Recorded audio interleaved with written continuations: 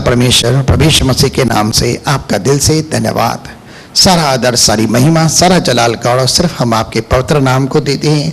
आपने हमारी स्तुति आराधना को स्वीकार किया, आपका दिल से धन्यवाद, क्योंकि योग्य परमेश्वर सिर्फ आप है महिमा के। और हम दुआ करते हैं कि तेरे बच्चों ने आज जो कुछ भी भवन के अंदर लाया है, दशमांश अर्पण और उठाने के पेटे, प्रभु आप इन सब को भी स्वीकार कर। जिन्होंने जो कुछ भी दिया है मसीह के नाम से, तू उन्हें तेरे राज्य के अंदर स्वीकार कर, इन्हें पवित्र ठहरा है। और तू अपनी महिमा के धन के अनुसार हर एक को तू आशीषित करे, हर एक के जीवन के अंदर महिमा का धन आने पाए और किसी के जीवन में कोई कमी घटी न हो। हर तरह का कर्ज मर्ज ब्याज बट्टा मसीह के नाम से हर परिवार के मध्य में से दूर हो। हर एक के कार्य व्यापार के अंदर की हर तरह की तंगी मंदी पूरी तरह से दूर हो। ब्याज बटे जो कुछ भी प्रभु रुकावटें बाधाएं, वे सब कार्य व्यापार से दूर होने पाए। लेकिन हर एक के घर के अंदर उनके टोकरे खत्ते कटौतियां आशीषित हो, अन्न तेल की भरपूरी हो और सबका कुशल कल्याण हो। हर कर्जों मर्जों से लोग आजाद हो, निर्धनता के श्राप को तोड़कर तेरी महिमा के धन के अनुसार हर एक को तू धन की बरकत देकर आशीषित कर। और इन अद्भुत गवाहियों के लिए, चंगाइयों के लिए, छुटकारों के लिए प्रभु हाँ आपका दिल से धन्यवाद करते हैं। होने दे तेरे दास के ऊपर तेरी आत्मा का मस्सा आने दे। बोलने वाला तेरा दास नहीं, लेकिन तेरी आत्मा हम सब के साथ बात करें और तेरी महिमा के लिए प्रभु सबों के ऊपर तेरा विशेष अनुग्रह और कृपा आने पाए। हम सब बातों के लिए तेरा धन्यवाद करते हैं और आज की सभा के अंदर पवित्र आत्मा आपका स्वागत करके आपकी प्रभुता की घोषणा करते हैं यीशु मसीह के नाम से। एक जोरदार ताली देंगे परमेश्वर के नाम की महिमा के लिए। और भाई हरीश गलानी का हम परमेश्वर की वेदी के ऊपर स्वागत करते हैं।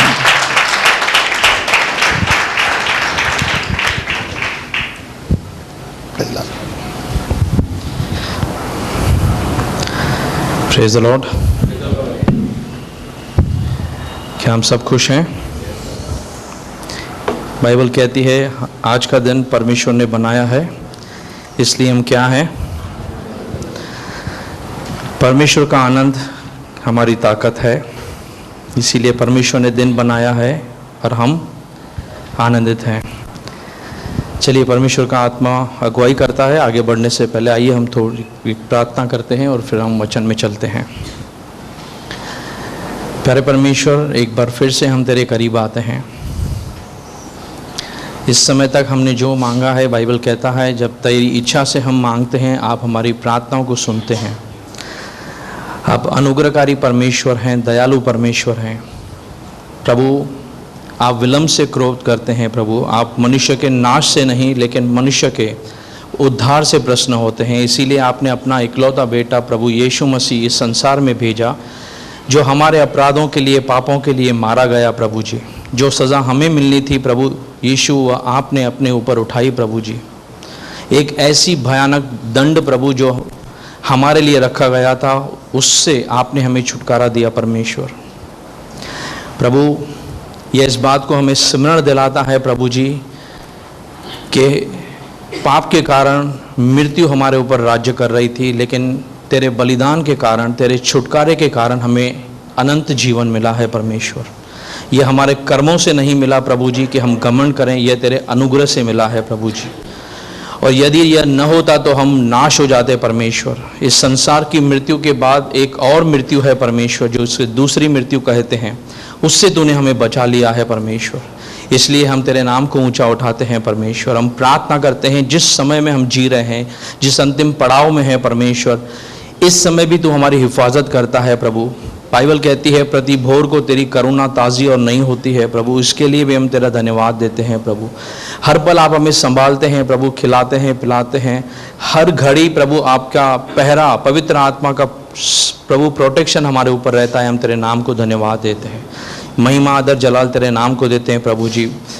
शब्द तेरी ओर से आने दे प्रभु, तेरी आत्मा का सामर्थ उतरने दे परमेश्वर, कि किस बहाव में तू लेके जाना चाहता है हम उस बहाव में जाएं परमेश्वर, ताकि प्रभु न सुनने वाला न बोलने वाला परमेश्वर, हमारा हृदय जो है हमारी ओर से हो परमेश्वर, लेकिन वह तेरी आत्मा के द्वारा प्रेरित हो परमेश्वर। धन्यवाद देते हैं, सारी महिमा तेरे नाम को देते हैं। यीशु मसीह के नाम से दुआ को मांगते हैं, सुन और स्वीकार कर हमारे आत्मिक पिता, आमीन। आइए वचन के अंदर आते हैं। हम शुरुआत करते हैं प्रकाशित वाक्य की पुस्तक, उसका पहला अध्याय और उसके पहले वचन से पढ़ते हैं। यीशु मसीह का प्रकाशित वाक्य जो उसे परमेश्वर ने इसीलिए दिया कि अपने दासों को वे बातें जिनका शीघ्र होना आवश्यक है दिखाए। हालेलुया। इससे पहले कि हम और इसमें गहराई से जाएं, एक चीज़ को थोड़ा सा समझिए। जब भी हम बाइबल के अंदर पढ़ते हैं प्रकाशित वाक्य, अगर आपके पास आगे टेक्स्ट होगा हिंदी में क्या लिखा हुआ है पढ़िए, आगे इंडेक्स में आइए।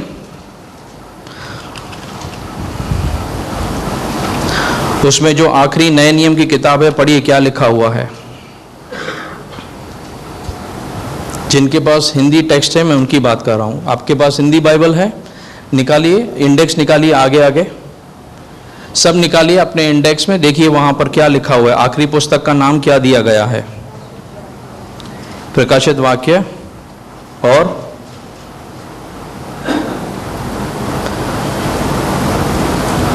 इससे पीछे है भाई, हाँ पढ़िए क्या लिखा है।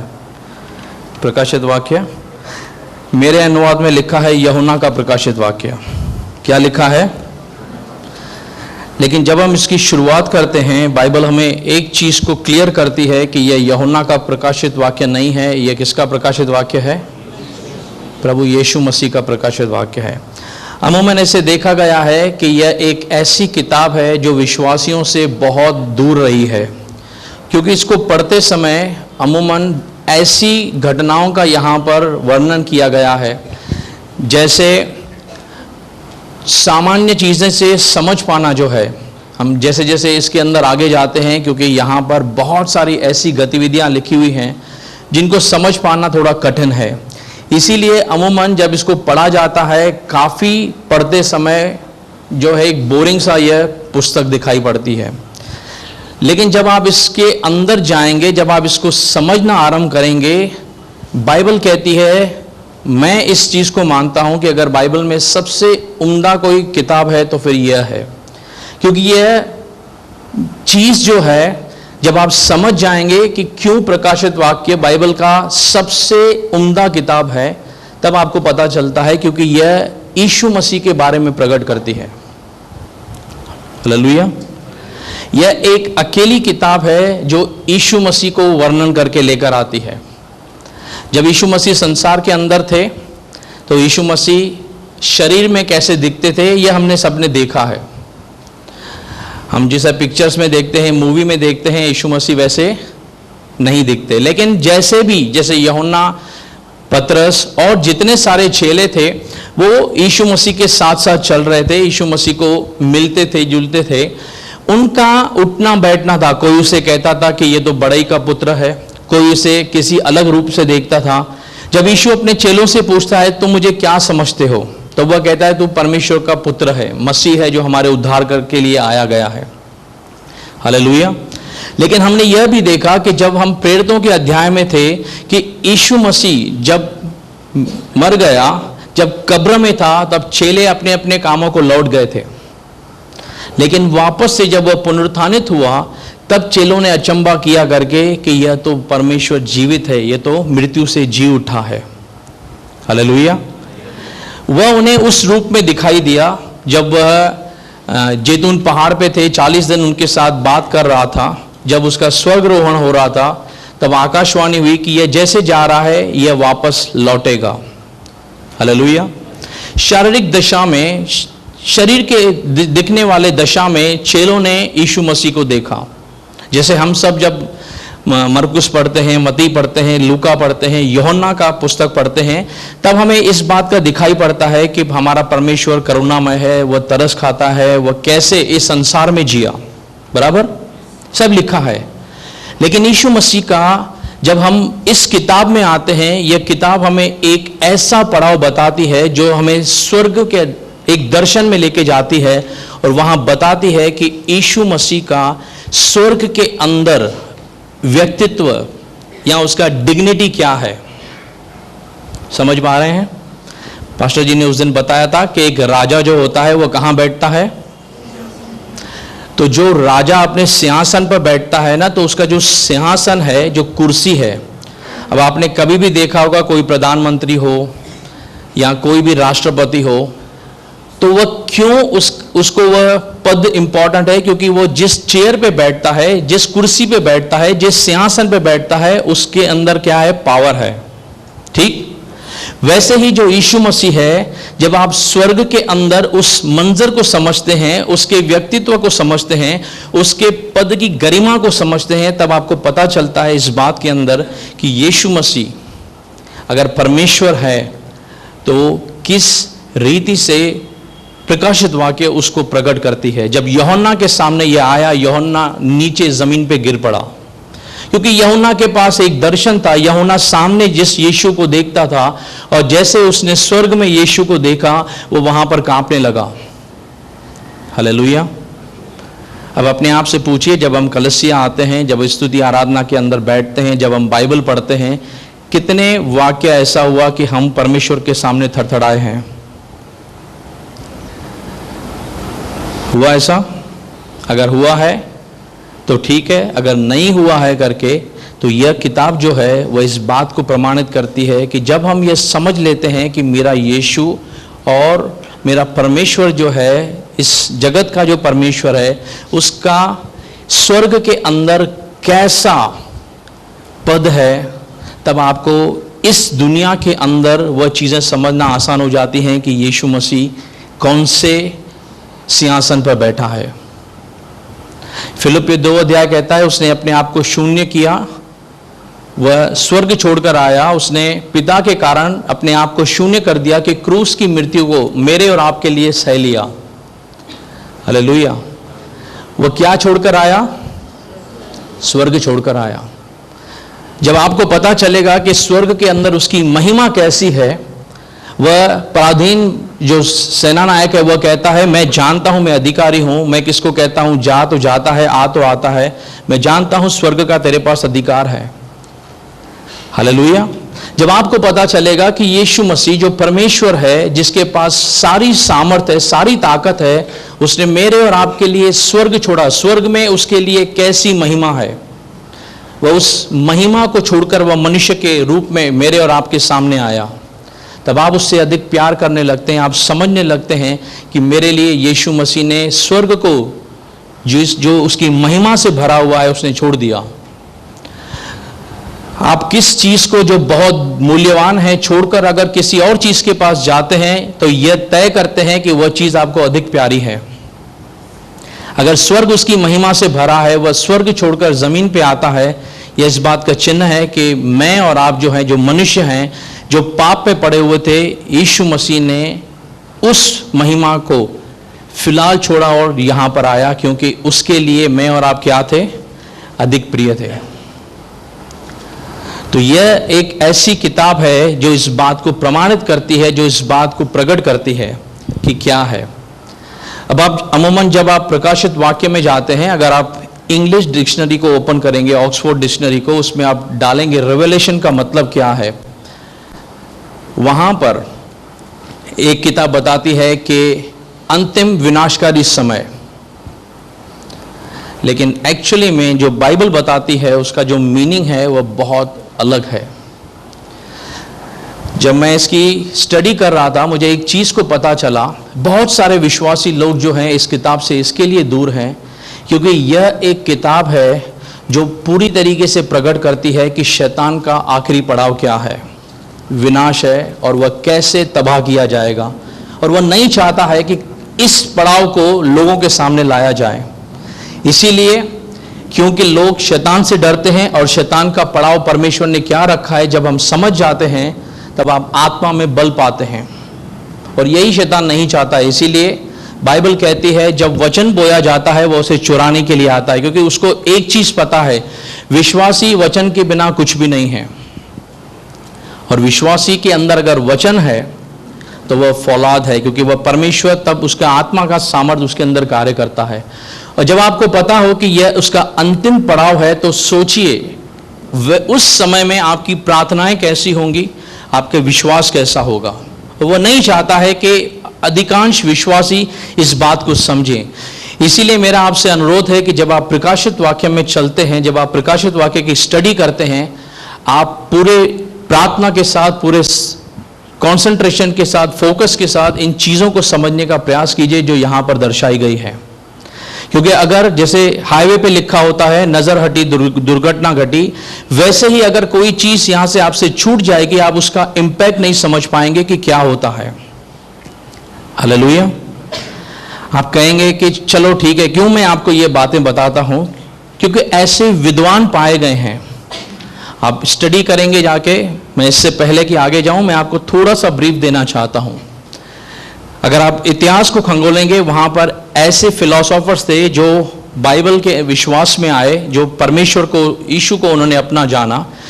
जैसे जॉन कैल्विन करके हैं, मार्टिन लूथर हैं। मार्टिन लूथर को तो प्रोटेस्टेंट का हेड माना जाता है, जिन्होंने इस बात को स्टार्ट किया।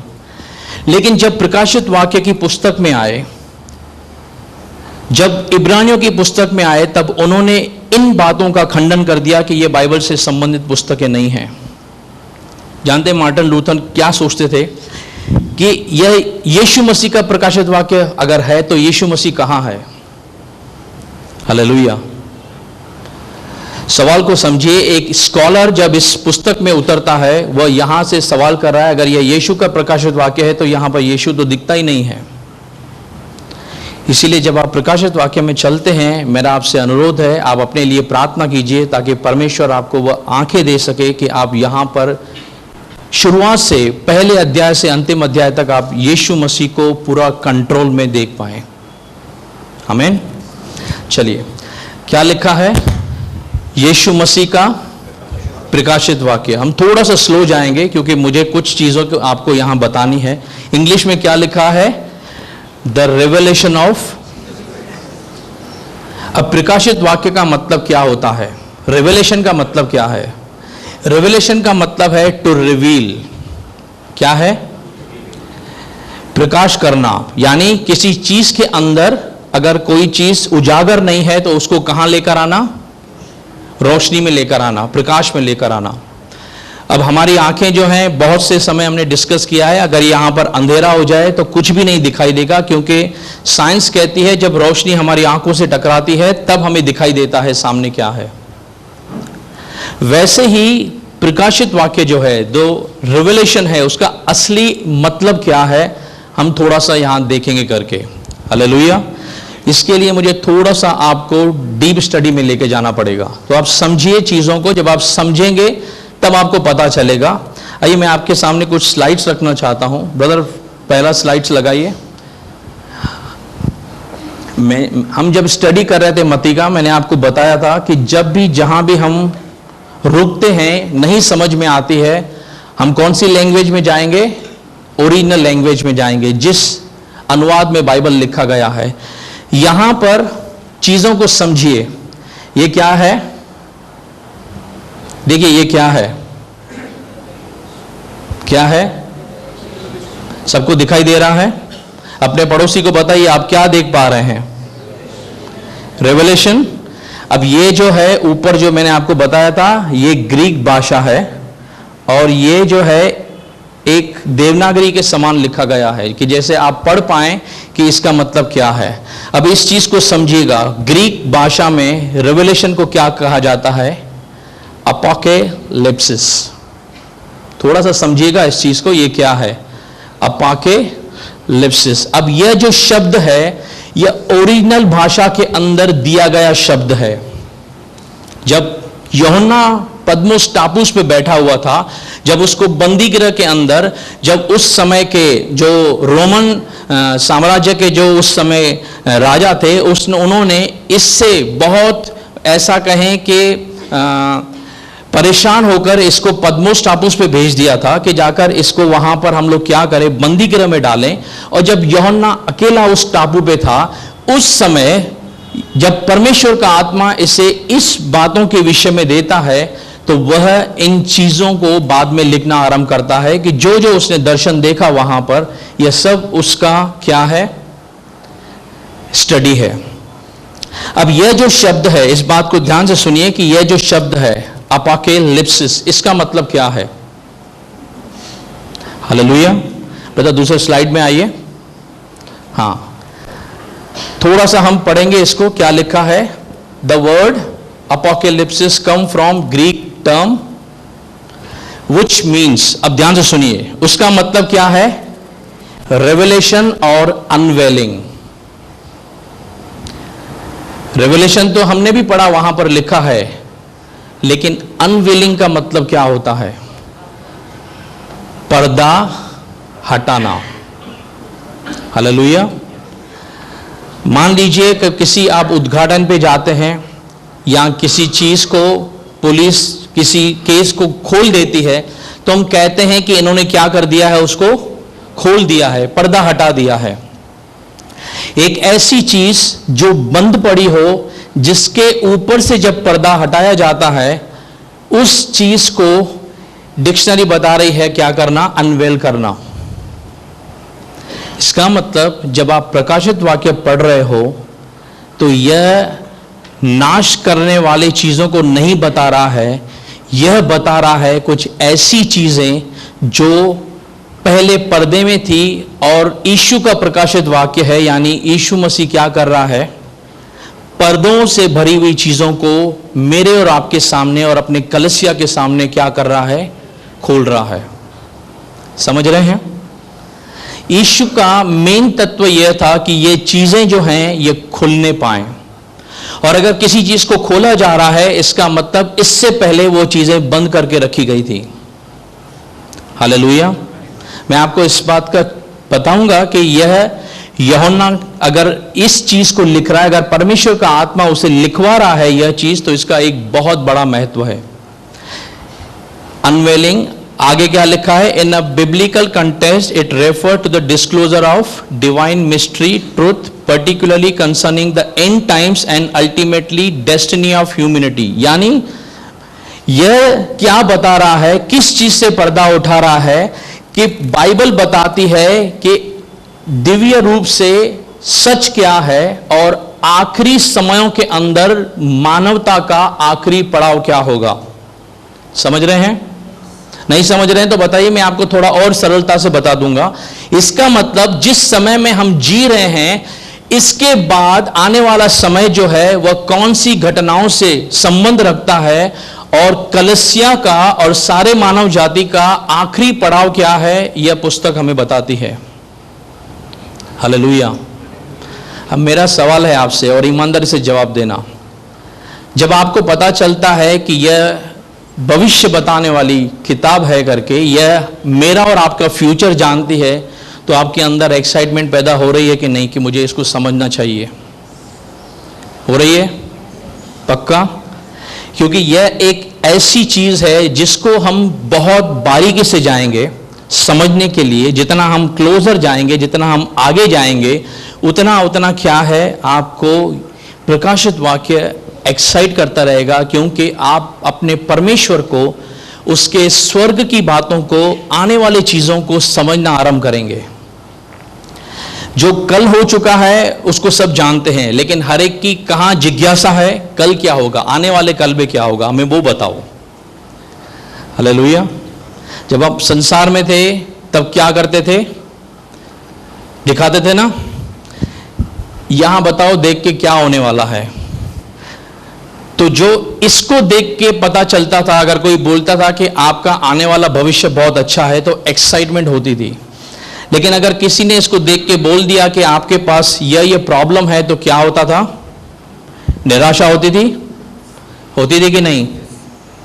परमेश्वर ने मेरे और आपका जो भविष्य है वह यहां पर इसमें रख दिया करके, कि आप प्रकाशित वाक्य पढ़ते हो, आप समझते हो। इसका मतलब यह नहीं है कि मेरा बोलने का मतलब है कि कल से आप प्रकाशित वाक्य में सोचो कि बाइबल खाली प्रकाशित वाक्य है। परमेश्वर ने कलीसियाओं को लेकर, अपने लोगों को, इजराइल को लेकर और सारे मानव जाति को लेकर अंत में क्या होने वाला है यहां ठहराया है। जब परमेश्वर नूह से बात कर रहा था, तब परमेश्वर ने नूह से स्पष्ट रीति से बताया था कि तू एक जहाज को निर्माण करना, मैं तुझे बोलता हूं कि उसकी बनावट कैसी हो, उसको तू कैसे बनाना, और उसके अंदर से इस रीति से करना। और जब समय आ चला था करके, क्योंकि परमेश्वर ने उसे बताया था कि मनुष्य की बुराई बढ़ चुकी है मेरे नजर में, मैं मनुष्य की सृष्टि को तबाह करने पर हूं। और उस समय नूह के साथ बाइबल बताती है इब्रानियों की पत्री में कि 8 लोग बचाए गए थे। कितने लोग? और फिर हर एक जानवर से एक मादा और एक पुरुष जो है, मतलब मेल फीमेल जो है वो लेकर नूह चढ़ा था। नूह को पता नहीं था पानी कैसे आएगा, क्योंकि उस समय पानी आसमान से बरसता नहीं था। बाइबल बताती है ओस उठती थी और क्या करती थी, जमीन को सींचती थी। तो बारिश कभी किसी ने देखी नहीं थी। लेकिन जब नूह जहाज में चढ़ा तब लोगों को समझ आया कि नूह जिस बारिश की बात कर रहा था वो बारिश कितनी भयानक हो सकती है। Hallelujah, hallelujah.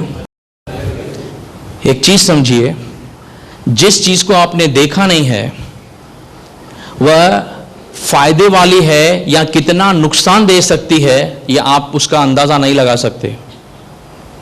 सही है, सही है। पहली बार अगर आपने सुना होगा कि चीन से कोई वायरस निकला है, आप उतना डरे थे जितना लॉकडाउन के बाद आपको डर लगा था। सही बताना। जब आपने न्यूज़ में देखा कोई कोरोना वायरस है जो लीक हुआ है करके, ठीक है, लेकिन जब आपको उसको जानना आरंभ किया कि कोरोना क्या कर सकता है, कोविड क्या क्या कर रहा है, सब कुछ उसने बंद कर दिया। सब कुछ, लोग घरों के अंदर थे, अस्पतालों के अंदर लोग यहां से वहां भटक रहे थे करके, जब उसकी गहराई आपको समझ में आई तब कोविड किस चीज का नाम है लोगों के जहन में आने लगा कि इससे संभालना बहुत जरूरी है। सही है। वैसे ही जिस चीज को हमने जाना नहीं है उस चीज की समझ जो है, उसकी गहराई जो है, उसको अंदाजा लगा पाना मुश्किल है। यह एक ऐसी पुस्तक है जो बताती है कि आने वाले समय में परमेश्वर अपने लोगों के साथ किस रीति से कार्य करेगा। तो जब आप इस चीज को समझ जाते हैं तब आप परमेश्वर के साथ उसके मौजूदगी के अंदर बढ़ने लगते हैं। इसीलिए इस बात को समझना बहुत ज़रूरी है। ब्रदर आगे चलिए पहले वचन को पढ़ते हैं। यीशु मसीह का प्रकाशित वाक्य, आगे पढ़िए ब्रदर। जो उसे परमेश्वर ने इसीलिए दिया कि अपने दासों को वे बातें जिनका शीघ्र होना अवश्य है दिखाएं। अब यीशु मसीह ने यह प्रकाशित वाक्य यूहन्ना के पास क्यों भेजा? बाइबल बताती है इसके लिए ताकि जो बातें भविष्य में घटने वाली हैं वह उनको पहले से क्या करे, प्रकट कर दे। हालेलुया। क्या करे? प्रकट कर दे। अब अगर मान लीजिए आपने कोई भी शिक्षा इसको ली है, इसके अंदर बहुत सारी चीज़ें हैं, कलीसियाओं को संदेश है, फिर यहाँ पर जिक्र है कि परमेश्वर एक किताब को, यूहन्ना एक किताब को देखता है जो मोहर बंद है, 7 मोहरों से वह किताब बंद है।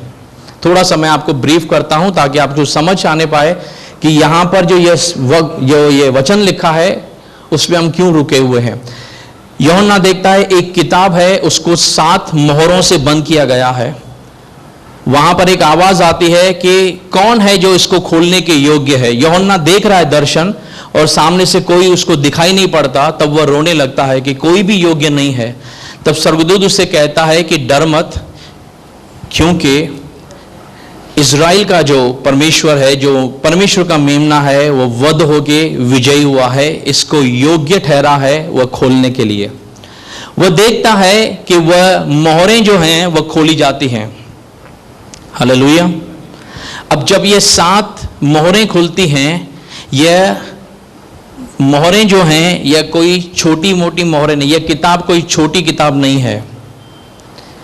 यह बताती है आने वाले समय में जो इस पृथ्वी पर विनाश आएगा, यह उसकी पूरी ऑटोबायोग्राफी बताती है। कौन से विकराल रूप से पृथ्वी को पूरी तरीके से तबाह किया जाएगा, यह इस चीज को प्रकट करती है। हालेलुया। वह 7 मोहरें जो हैं वह आगे चल के क्या होता है, अब वह आगे 7 तुरही के शब्दों को लेकर आती हैं। उसके बाद 7 तुरहियां फूकी जाएंगी।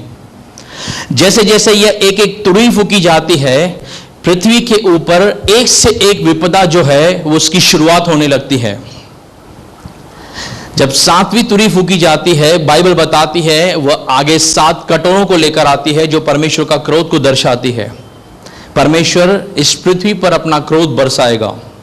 Hallelujah, hallelujah. विलंबकारी परमेश्वर, विलंब से क्रोध करने वाला अनुग्रहकारी परमेश्वर क्या करेगा? अपने क्रोध को बरसाएगा। जानते हैं क्यों?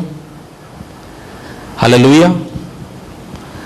अब तक यीशु मसीह को कैसे पहचानते हैं? परमेश्वर अनुग्रहकारी परमेश्वर है, वह दयावंत है। लिखा है वह दयावंत है, लेकिन वह न्यायकारी परमेश्वर है। उसके बेटे को सलीब पे चढ़ाया गया, वह खामोश था। मनुष्य जाति ने अपनी इच्छाओं से चीजों को किया, वह खामोश था। नूह के समय लोगों को बताया गया, जब तक द्वार खुला है तब तक उस जहाज के अंदर प्रवेश कर लो। एक बार जहाज का दरवाजा बंद हो गया, उसके बाद क्या होने वाला है उनको पता नहीं था, क्योंकि उन्होंने देखा नहीं था समय। तो जैसे नूह के समय में वह जहाज बना और लोगों ने, जिन्होंने नूह का मजाक उड़ाया, उनको हल्के से लिया। बारिश हमने तो देखी नहीं, और बारिश होगी भी तो क्या होगा, तू ये कहां लेकर जाएगा जहाज? उसको पता नहीं था नूह को। नूह को एक चीज पता थी, मेरा परमेश्वर जो कहता है मैं वो करूंगा। हालेलुया। उसी रीति से मुझे और आपको नहीं पता यह जो समय है, जिस बारे में प्रकाशित वाक्य बताती है, जो आने वाला 7 साल का समय है, इसका विकराल और विराट रूप कितना बड़ा होगा हम नहीं जानते हैं। लेकिन एक चीज को समझिए, यह जब जिनके ऊपर पड़ेगा वह बहुत, मतलब जैसे मैंने आपको पहले भी कहा है कि मुर्दा खड़ा होके कहे मेरे रोंगटे खड़े हो गए। क्या यह संभव है? मुर्दे को कुछ फर्क पड़ता है? लेकिन मुर्दा उठ के कहे कि मेरे रोंगटे खड़े हो गए, एक ऐसा भयानक समय है उन 7 सालों का। तो सोचिए, इमेजिन कीजिए, जो वहां पर जीवित हैं उनकी हालत क्या होगी। और ऐसे समय से परमेश्वर जो है वह हमें एक बात बताने की कोशिश करता है कि जब हमने उस पर विश्वास किया है, जब हम ईमान से जीवन बिताते हैं और जितने उसको नकार देते हैं, यह चीजें जो हैं, यह जो पुस्तक है वह खोल के रख देती है करके कि उन दोनों का प्रतिफल क्या है। हालेलुया। थोड़ा थोड़ा करके आगे चलेंगे, इन चीजों को आप समझिएगा करके, क्योंकि यह चीजें जो हैं, यह जो पुस्तक है वह सब कुछ लेकर आती है। तो जहां पर हम यह हैं, यह वचन यूहन्ना को कब दिया गया? कितने साल हो गए? आप अनुमान लगा लीजिए। हालेलुया। 2000 साल पकड़ के चलें भाई, पकड़ के चलें। यीशु मसीह के कुछ सालों के बाद, कहें कि 40-50 सालों 60 सालों के बाद यूहन्ना ने यह लिखा। मान लेते हैं 2000 साल हो गए, यूहन्ना के पास यह संदेश भेजा गया। 2000 साल पहले यीशु मसीह यूहन्ना को क्या कहता है? अब इस वचन को फिर से पढ़िए। यीशु मसीह का प्रकाशित वाक्य जो उसे परमेश्वर ने इसीलिए दिया, जो उसको परमेश्वर ने इसीलिए दिया कि अपने दासों को वे बातें, जो किसको बातें? हम सब कौन हैं? परमेश्वर के दास है, परमेश्वर के पुत्र हैं। हमारे पास ये शब्द भेजा गया, जिनका शीघ्र होना आवश्यक है। हाँ, एक मिनट रुकिए। जिनका शीघ्र होना, कब होना? पता ये पड़ोसी को, जिनका शीघ्र होना आवश्यक है। यीशु मसीह यूहन्ना जब लिख रहा था, तब से लेकर अब तक कितने साल हो गए? तो कहां शीघ्र हुआ क्या? अगर 2000 साल शीघ्र है, यीशु कहता है मैं शीघ्र आने वाला हूं। किसको पता था 2000 साल लगने वाले हैं? हम जब वचन पढ़ रहे हैं, मैं आपको क्यों यहां पर रुकाना चाहता हूं, ताकि आप बारीकियों को समझें कि जितना जब हम वचन को पढ़ते हैं तब वचन के मायने कौन से हिसाब से लिखे गए हैं, हम वहां पर रुक के इन बातों को समझें जरा। अगर मैं अमूमन कहता हूं कि वह तो शीघ्र होने वाली घटनाएं हैं, तो 2000 साल हो गए, अगर तब तक नहीं हुई तो अब आगे कितने समय और लेगी? सवाल है कि नहीं? अगर यीशु मसीह कहता है वह घटनाएं शीघ्र होने वाली हैं, बाइबल कहता है परमेश्वर कभी झूठ नहीं बोलता, बराबर? तो 2000 साल अगर कितना बड़ा समय है, तो अब तक ये घटनाएं घटी नहीं है, तो हम आगे और क्या समझें इस चीज को? मान लीजिए आपके पास परमेश्वर का संदेश आता है, शीघ्र जो है मैं तेरे दुखों को पूरा का पूरा क्या कर दूंगा, निकाल दूंगा करके। तो आप इसका मतलब क्या बताएंगे? अब पास्टर के पास आते हैं, भाई घर कभी आओगे? मैं जल्दी आऊंगा। तो जल्दी का मतलब क्या है? 1 दिन, 2 दिन, 4 दिन, हफ्ता, 12 महीने बीतने के बाद फिर आप पास्टर के पास आए, आप कहता है मैं जल्दी आऊंगा करके, फिर 1 और साल बीत गया, तो आप पास्टर को क्या बोलेंगे? आपका जल्दी इतना दूर है तो दूर का भी कितना लंबा होगा? कुछ समझ रहे हैं? यीशु कहता है मैं शीघ्र, इन बातों का होना जरूरी है, मैं शीघ्र आ रहा हूं। 2000 साल हो गए, तो क्या यीशु मसीह झूठ बोलता है? तो इसका क्या मतलब है? चीजों को समझिए जिस तरीके से बाइबल समझाना चाहती है। चलिए पढ़िए इस चीज को, जिनका शीघ्र होना आवश्यक है दिखाएं। और उसने अपने स्वर्गदूत को भेजकर उसके द्वारा अपने दास यूहन्ना को बताया, हाँ, जिसने परमेश्वर के वचन और यीशु मसीह की गवाही अर्थात जो कुछ उसने देखा था उसकी गवाही दी। हाँ, बस यहाँ रुकते हैं। ब्रदर तीसरे स्लाइड में आइए। मैं आपको कुछ दिखाना चाहता हूं इस वचन की बारीकियों को लेकर कि यहां पर क्या लिखा गया है। चीजों को समझिए अब। हाँ, सबको दिख रहा है? ये सबको दिख रहा है? आपने जो मैंने अभी पढ़ा पहला वचन जो है, यह उसी का ही ग्रीक अनुवाद है। मैं क्यों आपको दिखाना चाहता हूं कि शीघ्र आने वाला हूं, तो यह शीघ्र का मतलब क्या है। चीजों को देखिए, जहां पर एरो मार्क किया गया है, इस चीज को समझिए जरा। यहां क्या लिखा है? क्विकनेस, शीघ्र आने वाला हूं, मतलब शीघ्र घटनाओं का होने वाला है। ग्रीक भाषा में जो यह वर्ड लिखा हुआ है, इसका नाम क्या है? पढ़िए पढ़िए पढ़िए, जिसको जो आगे बैठे हैं पढ़िए, क्या लिखा है? हाँ, ये क्या है नाम? पढ़िए पढ़िए। चलिए आज आपकी क्लास लेते हैं। ये क्या लिखा है भाई? पढ़िए, इंग्लिश किसको नहीं आती है? क्या लिखा है?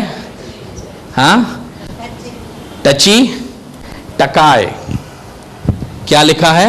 नहीं, मैं भी आपकी तरह हूं, मैं एक्सपर्ट नहीं, मैंने भी पहले टची पढ़ा था, फिर बाद में पता चला कि टची नहीं है, ये टेकी या टकाए है। ग्रीक भाषा में मैं शीघ्र जो इन बातों को घटित करूंगा, वो वर्ड दिया गया है क्या? टेकाए। बताइए अपने पड़ोसी को, क्या वर्ड है? टेकाए। हालेलुया। आप सोचेंगे भाई कहाँ लेके चले हो, हम तो कलसिया में आए थे, सोचे थे आप प्रचार करेंगे, ये क्यों, ये कौन सी शिक्षा दे रहे हो करके। हालेलुया। कभी कभी जो चीज आपको घर में बनानी पसंद नहीं है, बच्चे बोलते बना के दीजिए, बनाते हैं ना, बनाते हैं ना। तो मान लीजिए थोड़ी सी क्लास, थोड़ा सा चीज आपको समझना पड़ेगा कि यह चीज मैं आपको क्यों समझाना चाहता हूं, इसका क्या मतलब है।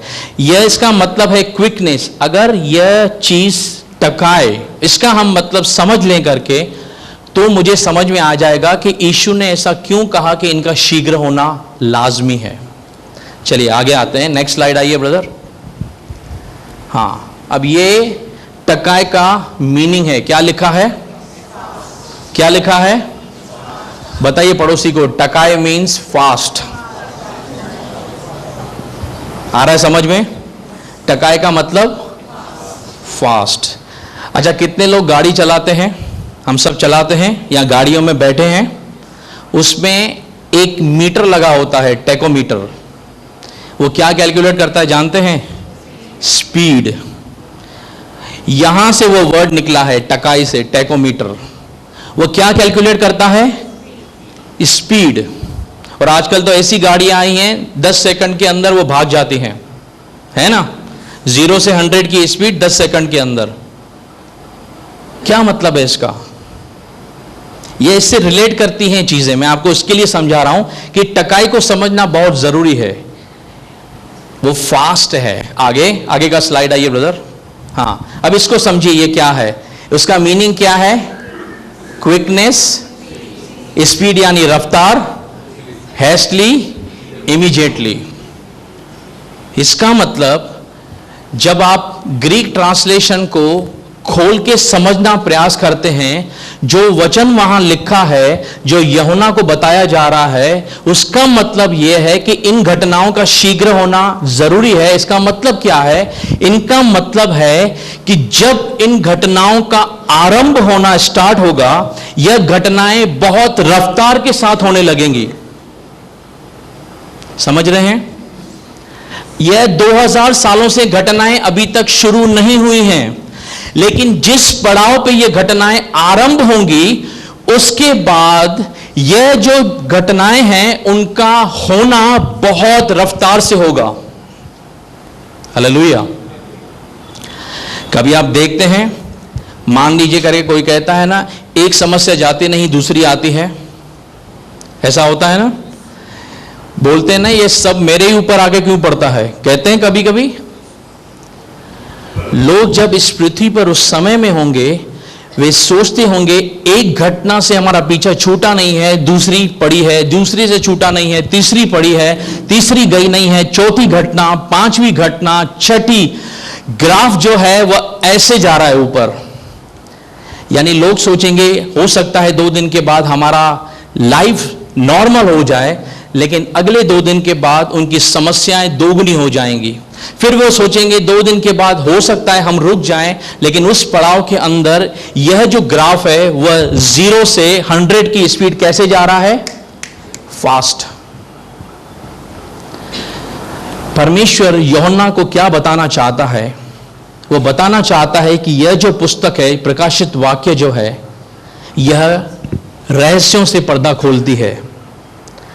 और कुछ घटनाएं इसमें लिखी हुई हैं कि जब यह घटनाएं आरंभ होंगी, तब यह बहुत तेज रफ्तार से घटेंगी। कुछ समझे? समझे कि नहीं? अब वापस आइए पहले वचन में, प्रकाशित वाक्य उसका पहला अध्याय। यीशु मसीह का प्रकाशित वाक्य है, जो उसे परमेश्वर ने इसीलिए दिया। अब ध्यान से सुनिए, यीशु मसीह का प्रकाशित वाक्य, यह मनुष्य का प्रकाशित वाक्य नहीं है, यह यूहन्ना का प्रकाशित वाक्य नहीं है। यह किसका है? किसका है? यीशु मसीह का प्रकाशित वाक्य। इंग्लिश में देखिए क्या लिखा है, the revelation of Jesus Christ. अब यीशु मसीह की तरफ से कोई चीज आती है तो आपको एक चीज पे गौर करना है, क्यों दिया गया यीशु ने। यह क्या लिखा है? The revelation of Jesus Christ which God gave unto him to show unto his servants thing which must shortly come to pass. यानी जब आरंभ होंगी बहुत रफ्तार से होंगी। यीशु मसीह ने यूहन्ना को यह सब चीजें दिखाई ताकि जाकर बाहर लोगों को, कलीसियाओं को जाके यह संदेश दे कि जो इस किताब के अंदर घटनाएं लिखी हुई हैं, इनसे क्या क्या संसार होने वाला है। किसके लिए यह भेजा गया? संसार के लोगों के लिए। आप और मैं कहां रहते हैं? तो यह किताब को जानना जरूरी है कि नहीं? है कि नहीं है? मैं आपको एक छोटा सा वाक्य बताता हूं। रिसेंटली जब मैं इसकी स्टडी कर रहा था, मैं एक पासवान से मिला। उन्होंने मुझसे किसी बात को लेकर, उनको पता चला, वे मेरे पास आए, उन्होंने कहा कि मुझे थोड़ा सा इसके अंदर ब्रीफ चाहिए। मुझे जो पता था मैंने उनके सामने चीज़ों को रखा। मैं परमेश्वर की हुजूरी में हूं। मैं आपको एक चीज़ बताना चाहता हूं कि यह किसी भी अभिप्राय से मेरी अपनी महिमा कराना नहीं चाहता हूं कि मुझे कितना समझा है, कतई नहीं। मैं एक आपको सिखाने के हिसाब से बता रहा हूं। जब मैं उनको बोल रहा था, शायद उनका लेने का जो अभिप्राय था वह इतना गहरा नहीं था, इसीलिए मैं शांत हो गया। कुछ सप्ताहों के बाद वही चीज़ उन्होंने मुझसे पूछी और मैंने उनको थोड़ा सा ब्रीफ किया। जब उनको गहराई पता चली तब वे सोच रहे थे, उन्होंने कहा कि यार परमेश्वर ने कैसे बाइबल के अंदर योजना रखा, ये मैंने इतने अपने मिनिस्ट्री के सालों में नहीं समझा है करके। मैंने उनको बताया कि यही चीज है जो शैतान विश्वासियों को नहीं बताना चाहता है। अब उनके शब्द सुनिएगा। उन्होंने कहा, मैंने आज से 20 साल पहले अपने पासवान को कहा था कि इसके विषय में आप शिक्षा दीजिए। और आज की तारीख में एक बड़ी लेवल के पास्टर है, मैं नाम नहीं लेना चाहता हूं, उन्होंने कहा करके, उस समय उन्होंने कहा इसके डीप में जाने की कोई जरूरत नहीं है, बस इसको इसी से समझ लो करके। एक विडंबना को समझिए, एक प्रभु का दास यहां पर इस किताब में उतरने के लिए डर रहा है। हालेलुया। क्यों? मान लीजिए आप अगर आप बहन हैं, आपको रसोई के अंदर कोई ऐसी चीज बनाने को कहा जाए जो आप अच्छी रीति से नहीं बनाते हो, आप क्या करेंगे? टाल मटोल करेंगे? टाल मटोल करेंगे कि नहीं भाई ये चीज मुझसे मत बनवाओ। और जो चीज आपको अच्छे से बनाने आती है वह आप बहुत शौक से बनाएंगे। सही है? यही चीज है, इस किताब को पढ़ते समय जितनी सारी बारीकियां लिखी हैं वो मनुष्य को उलझा देती हैं। इसीलिए बहुत सारे जो लोग हैं, पुराने नियम में जितने सारे धर्मशास्त्र या जितने सारे व्यवस्था को लेकर नियम बनाए हुए हैं। अब मुझे आप एक चीज बताइए ईमानदारी से, आप में से कितने लोग हैं जिन्होंने लेवी व्यवस्था को बहुत अच्छे से पढ़ा है, व्यवस्था वर्णन को बहुत अच्छे से पढ़ा है? पढ़ा है? अब उसके अंदर जाइए, क्या लिखा है? मंदिर को बताया गया है, यहां की बनावट ऐसी है, इसका ये मीटर है, जब तुम यहां जाओ इतने बछड़े लेके जाना, ये सब लेके जाना। इस सब जब आप पढ़ते हैं आप ऊब जाते हैं, बराबर। इसीलिए बहुत सारे विश्वासी जो है पुराने नियम के अंदर नहीं जाते हैं। लेवी व्यवस्था में क्या लिखा है नहीं जाना, चीजें समझ में नहीं आती हैं। जिस चीज को नहीं समझ में आती हैं वहां से लोग दूरी बना लेते हैं। याद रखिए, जब नूह प्रचार कर रहा था लोगों को कुछ समझ में नहीं आ रहा था कि ये आखिर बोल क्या रहा है। बारिश को हमने देखा नहीं है, लेकिन जब वो घटने लगी, जब वो उस परेशानी में गिरे, तब उनको पता चला कि यार नूह आखिर क्या समझाना चाहता था। इसीलिए एक चीज को जान लिए, एक चीज को समझिए करके, यह जो किताब है यह विश्वासियों के और इस संसार के एक फायदे के लिए दी गई किताब है। इसके द्वारा एक विश्वासी अपने जीवन में तरक्की कर सकता है, अलग पड़ाव पे जा सकता है। लेकिन यह चीज जो है ना, ये दूर रखी गई है। बहुत सारे, मतलब मैंने आपको बताया, शैतान नहीं चाहता है हम इसके डेप्थ में जाएं। लेकिन जब आप इस चीज को समझना आरंभ करते हैं कि प्रकाशित वाक्य आखिर क्या कारण है पवित्र आत्मा ने इस अभिप्राय से दिया। मैं अमूमन, क्योंकि समय हो गया है, हम लोग ज़्यादा इसके अंदर और डीप नहीं जा पाएंगे, लेकिन मैं एक चीज़ हमेशा इस बात को समझता हूं और कहना चाहता हूं। यह जो प्रकाशित वाक्य है वो डेप्थ में दो लोगों को दिया गया, पहला पौलुस को और फिर यूहन्ना को। लेकिन जब दोनों को दिया गया, जब दोनों ने समझा, कौन से स्थान में थे इस चीज को समझिए। जब परमेश्वर पौलुस से बात करता है, वह सीने पर था, उस पहाड़ पे था। कहां पर? एकांत में था। कोई कहीं पर उसको कुछ पता नहीं था। व्यवस्था उसको अच्छे से पता थी, लेकिन उसको क्या होने वाला है, उसका प्रकाशित यीशु का प्रकाशन क्या है, उसके विषय में क्या जानकारी है, कुछ पता नहीं था।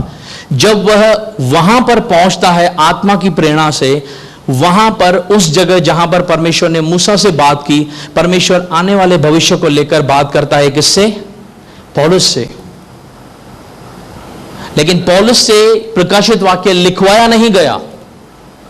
परमेश्वर ने यह जिम्मेदारी यूहन्ना को दी। और जब यूहन्ना एकांत में पद्मोस टापू पे अकेला जब पड़ा था, और बाइबल बताती है वह जब वहां पर हो सकता है प्रभु से प्रार्थना कर रहा हो, क्योंकि यह उसका प्रिय चेला था, परमेश्वर उसे आत्मा के अंदर स्वर्ग लेकर गया और वहां दिखाया।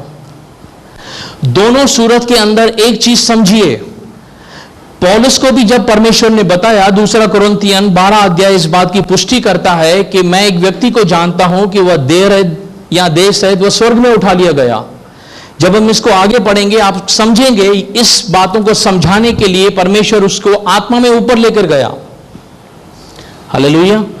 तो जब आप इसको पढ़ना चाहते हैं, आप शारीरिक माध्यम से नहीं समझ पाएंगे, आपको प्रार्थना करनी पड़ेगी अपने लिए और इस चीजों को समझने के लिए कि परमेश्वर का आत्मा आपके हृदय में वह पहचानने के लिए वह शांति दे, ताकि आप पवित्र आत्मा की उस हर एक चीज को, हर एक बारीकी को आप समझ पाए। और मैं आपको गारंटी देता हूं, जब आप यह करने के लिए अपने आप में मेहनत करेंगे, तब आपको परमेश्वर का प्लान प्रकट रूप से दिखाई देगा। हालेलुया। समझ रहे हैं बातों को? दो रास्ते हैं। एक रास्ता यह है कि आप इस किताब को एक नॉवेल की तरह पढ़ लीजिए। एक रास्ता है, एक वचन पढ़ते हैं और हम समाप्त करते हैं कि इसका भी एक फायदा है। बता, तीसरा वचन पढ़िए इसका, ध्यान से सुनिए।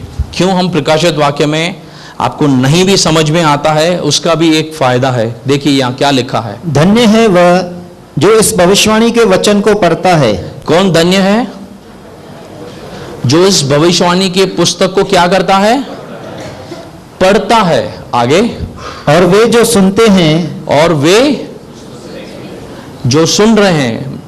यहां पर हम पढ़ भी रहे हैं, सुन भी रहे हैं। आगे, और इसमें लिखी हुई बातों को मानते हैं, हाँ, क्योंकि समय निकट आया है।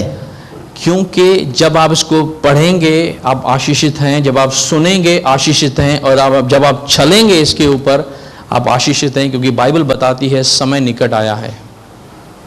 कुछ समझ रहे हैं? ये मेरे शब्द नहीं है कि समय निकट आया है, ये बाइबल के वचन है, ये यीशु के वचन है। समय निकट है। यह किताब इसके लिए दी गई कि जब इसको पढ़ना आरंभ किया जाए, पढ़ने से आशीष आए, सुनने से आशीष आए, और चलने से आशीष आए।